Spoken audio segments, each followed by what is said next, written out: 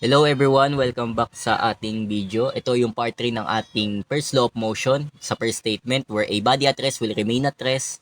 At sa particular example natin ngayon, di tayo maghahanap ng weight, di tayo maghahanap ng normal force, at hindi rin tayo maghahanap ng static friction since nakahang lang ang object natin. In this example, ang hahanapin lang natin ay ang tensions ng rope A, ito, at ang rope C. Kasi makikita natin sa example na meron na tayong tension B which is 6,000 pound force na naghihila sa car. So, hahanapin natin kung ano yung tension ng rope A at rope C if ito ay nakabase sa first statement where a body at rest will remain at rest. So, kumbaga kapag namali tayo ng forces dito sa, or kung namali tayo ng tension sa A and C, ibig sabihin gumagalaw yung kotse. Tama ba? So, in-skip ko na muna dito yung mga steps na hanap tayo ng free body diagram, tapos hanapin natin yung findings, then gagawa tayo ng equation. Since nasa tanong naman na yung findings natin, so nilagay ko na yan sa gilid bago tayo gumawa ng free body diagram. So, meron tayong paghahanap ng tension A at paghahanap ng tension C. Pwede yan magkabaliktad, pero mas gusto ko unahin yung A kasi gusto ko. Okay. Yun lang yun. Wala naman ng rule dyan, pero anyway, after natin mahanap yan, wala naman tayong boxes dito katulad sa part 1 and part 2. So, ang free body diagram natin ay isa lang kasi wala naman tayong box 1 and box 2, di ba? So, gagawa tayo ng free body diagram.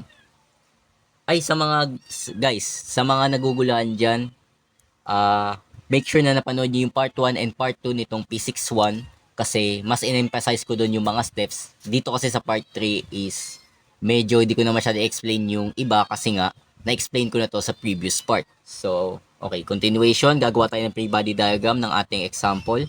So, kakopy lang natin yan lahat. Drawing ulit tayo, lalakihan ko lang ng konti. Yan. So, meron daw tayong tension B dito sa taas na merong 6,000 lbf or pound force. Meron tayong tension A at tension C. Tayo na linya dyan. Tapos may angle tayo dito na 20 degrees at 30 degrees. Tapos yung kotse kahit di na natin yan i-drawing. So, unang step, paghanap dito ng free body diagram, like I said before, hindi tayo hahanap dito ng weight, di tayo hahanap ng normal force. Ang hahanapin lang natin dito is yung tension. So, katulad sa part 2 guys, may makita kayong angle, 'di ba? Kasi naka-inclined or something na hindi along sa Cartesian plane. Ibig sabihin may angle. Kapag may angle guys, lagi niyong iisipin na gagawa pa rin tayo ng Cartesian plane pero hindi siya nakaparallel dito. Gets ba?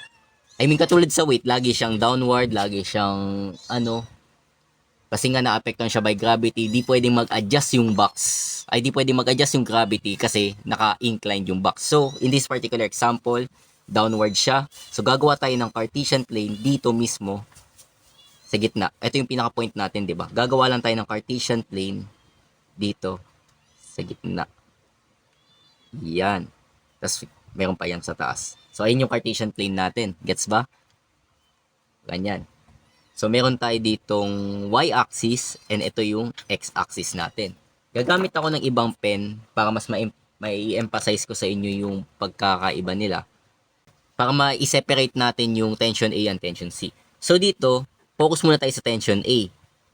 So, na-visualize nyo ba guys? Ito yung, nasa ano tayo nasa third quadrant. Ito yung first quadrant, second quadrant, third quadrant, fourth quadrant. So, nakapokus muna ako sa tension A.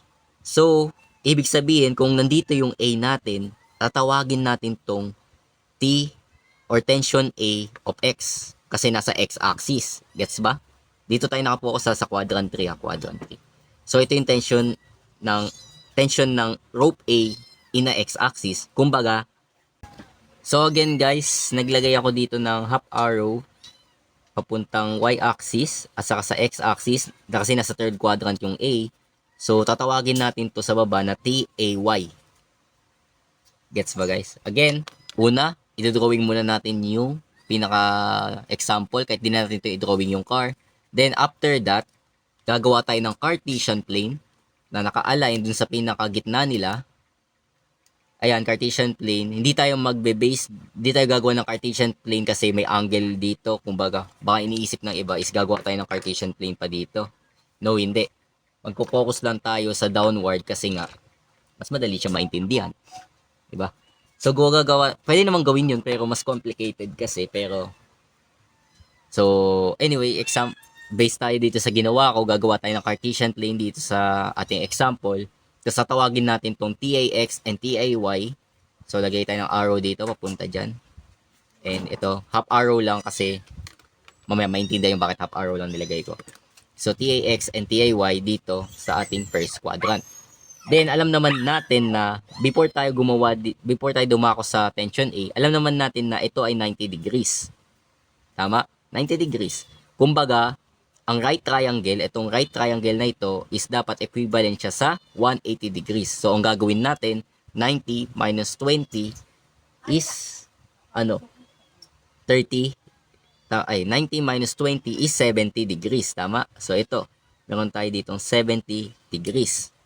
So, kapag pinag-add natin yan, 70 plus 20, 90 plus 90 is equivalent to 180 degrees. So, tama yung ginawa nating calculations. And, after natin yan, kasi ang hahanapin nating angle is lagi nasa x-axis. Alam niyo naman yung rule na yun, di ba, sa resultant vector. Na-explain ko na to sa part 2. So, kailangan, paano natin mahanap yung angle ng x-axis? Since nahanap na natin tong angle na to, and ito, alam naman natin na equivalent nitong kabuuan na yan is 90 degrees din. Tama ba? So, minus lang natin yan sa 70. 90 minus 70 is 20 degrees. So, kung ayaw niyo yung step na yan, papakita ko yung iba pang step dito sa tension C, pero pares lang yan. Instead na hanapin natin, since alam naman natin na right triangle to, instead na hanapin pa natin yung angle nito, supplementary naman tong, complementary ba? Supplementary? I don't know, correct me sa comment section. So, alam naman natin na ang angle nito is same sa angle dito. Di ba may linya tayo dito? Ito yung linya. So, ang angle nito is same dito sa kabilang angle. So, ayun na, 20 degrees pa rin. Now, next, tapos na tayo dito sa hanapin nating tension A. Dito naman sa tension C, alam naman natin na nasa fourth quadrant siya. So, ito, tatawagin natin tong TCX or tension ng C in a x-axis dito. Then, yung pababa niyan, kaya ako ginawa tong half kasi yung kabaliktaran niyan, half din. Iisa lang naman yung tatawagin natin tong TCY or tension ng C in a y-axis kasi pares lang naman yung TAY and TCY sa linya. So, pares lang silang negative kasi downward yung arrow nila.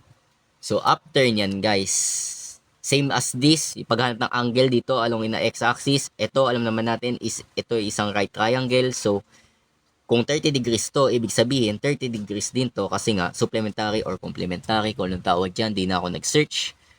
So, ayan, ililipat lang natin yung degrees niya dun sa mismong point of kung anong gagawin, point of Cartesian plane natin. So, ito na yung pinaka pre-body diagram natin. So, after nyan, in-skip natin yung findings, di ba? Ito, di ba, naganap tayo, find TA, find TC. So, ngayon, gagawa na tayo ng equation. So, ang summation ng f of x is equivalent to 0 kasi nasa first statement lang tayo ng law of motion.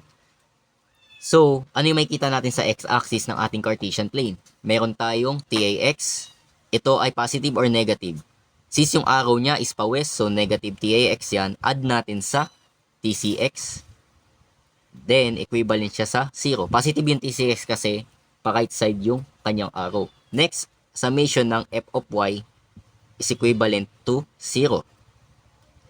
Ano yung y natin na nakikita dito? Sige, unahin natin tong b.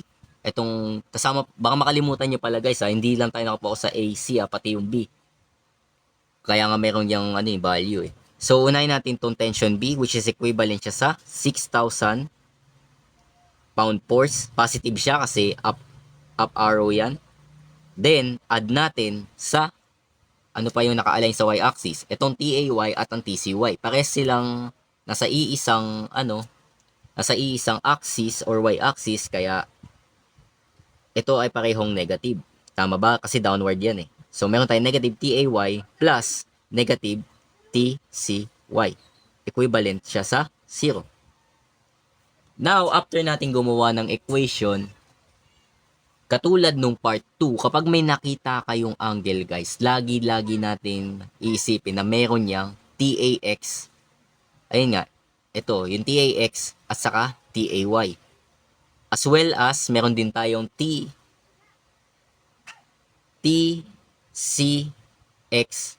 at TCY. Nakakalito ba? Ulitin ko. Kapag may nakita kayo guys na pag may nakita kayong angle dun sa ating example, laging-lagi nating hahanapin yung niyan, yung TAX, TAY at TCX, TCY. Depende sa example. So in this particular example, hanapin natin yung TAX, TAY, TCX, TCY. Gets ba 'yon?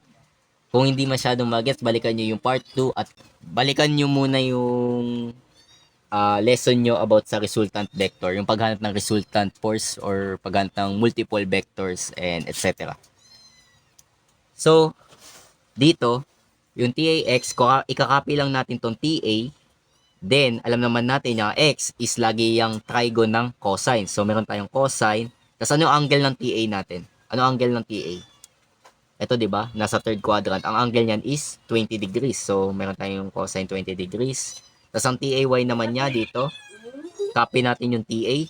Then, alam naman natin na ang Y is sine. Then, ano yung angle natin? 20 degrees din. Equals.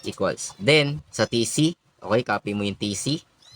Then, yung X, alam naman natin is cosine yan. Cosine ng, ano yung angle ng TCX? 30 degrees. Equals.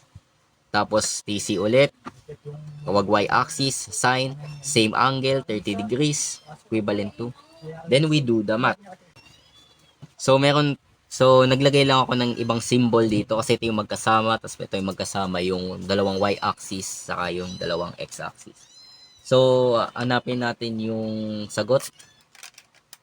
So, ang cosine, natin, sasagutan na agad natin to kahit wala pa tayong value ng tension A. Kasi ayun yung ayun yung pinakahanapin natin, 'di ba? Tension A and tension C. So, sasagutan na agad natin tong mga cosine 20, cosine 30, etc. So, ang cosine 20 is 0.94. So, meron tayo, i-copy natin to. I-copy natin yung TA, then 0.94. So, ibig sabihin ng TAX natin is TA 0.94. Sa TAY naman, ang sine 20 is 0.34. So, meron tayong TA 0.34. Ito yung sa Y So, lagay tayo ng symbol dyan. So, yung X is yung dot. TCX, cosine, ano yung cosine 30? Ang cosine 30 is 0.87. So, copy natin tong TC. TC, then 0.87. 87. So, ito. Then, ang TCY is TC sine 30, which is, ano yung sine 30?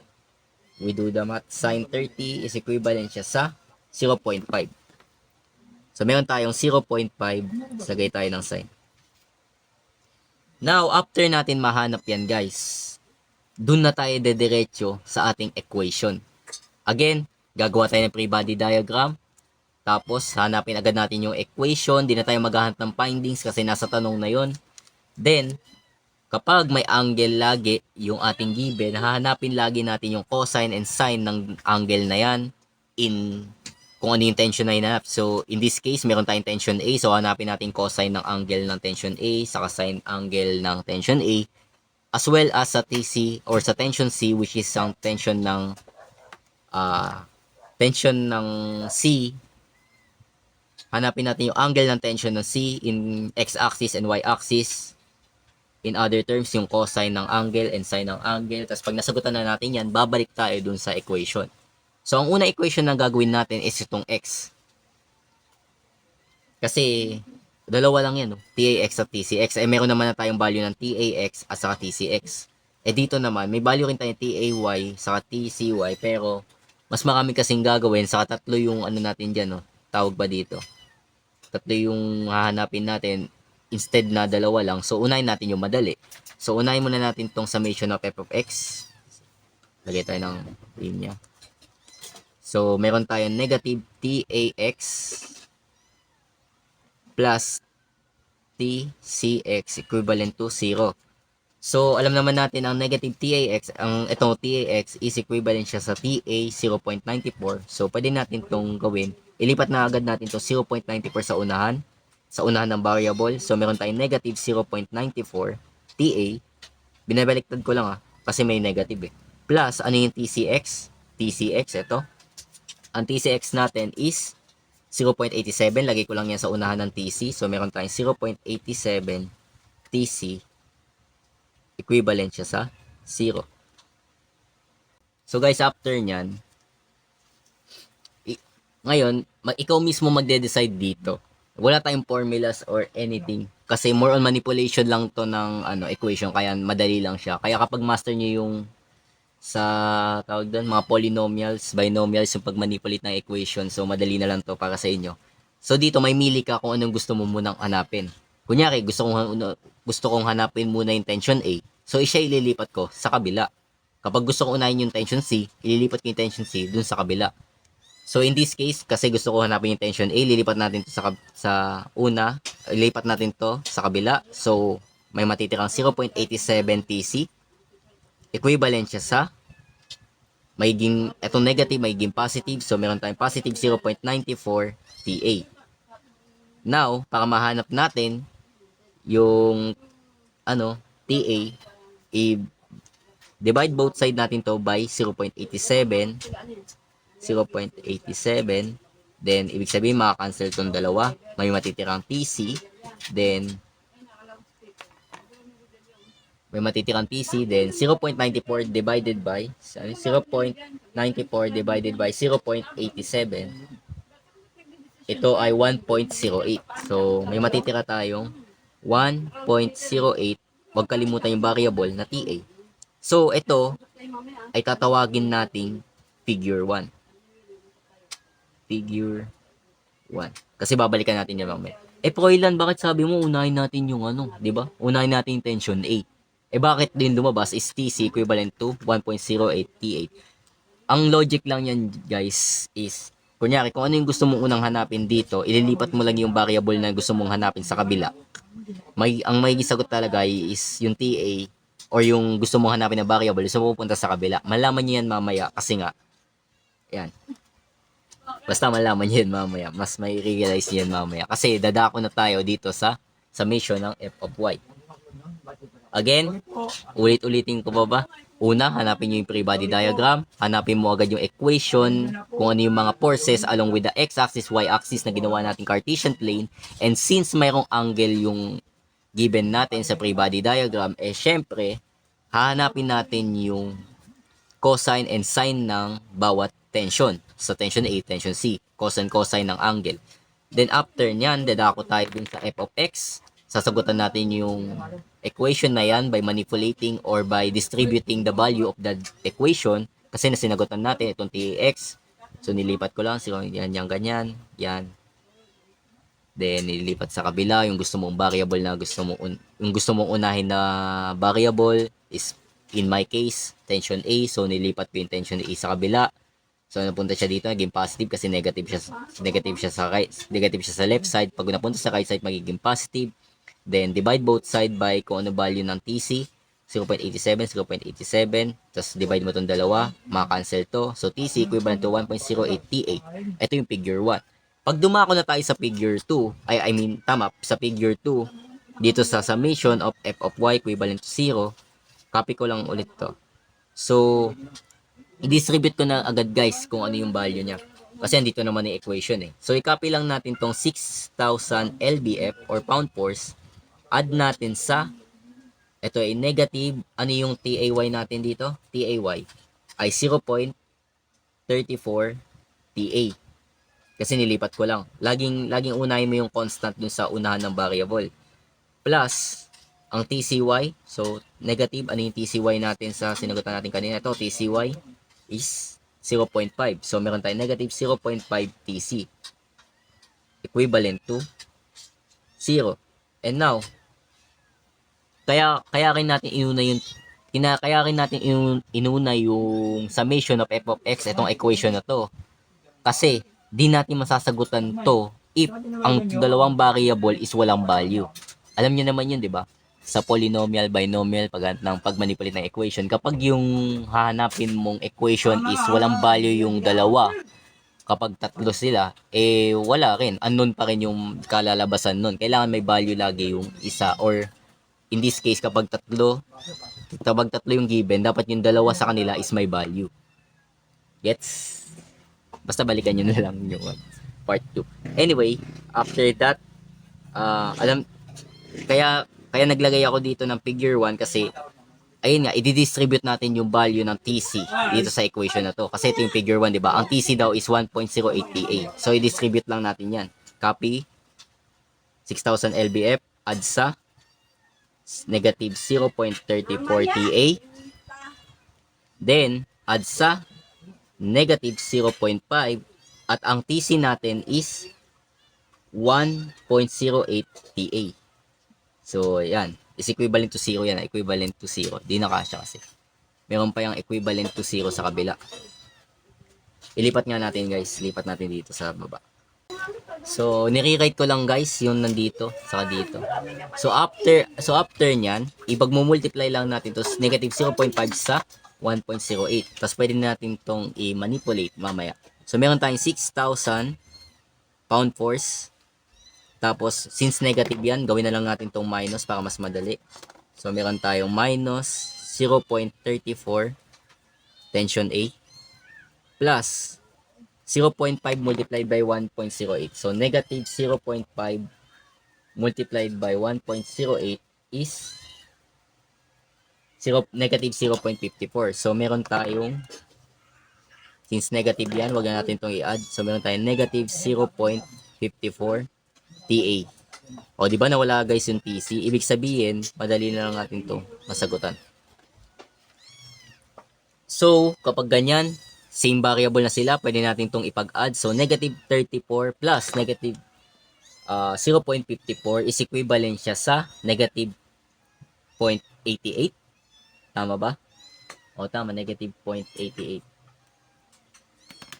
So, meron tayong 6,000 LBF is minus negative, minus negative 0.88 kasi pinag-add ko yung negative 0.34 sa negative 54.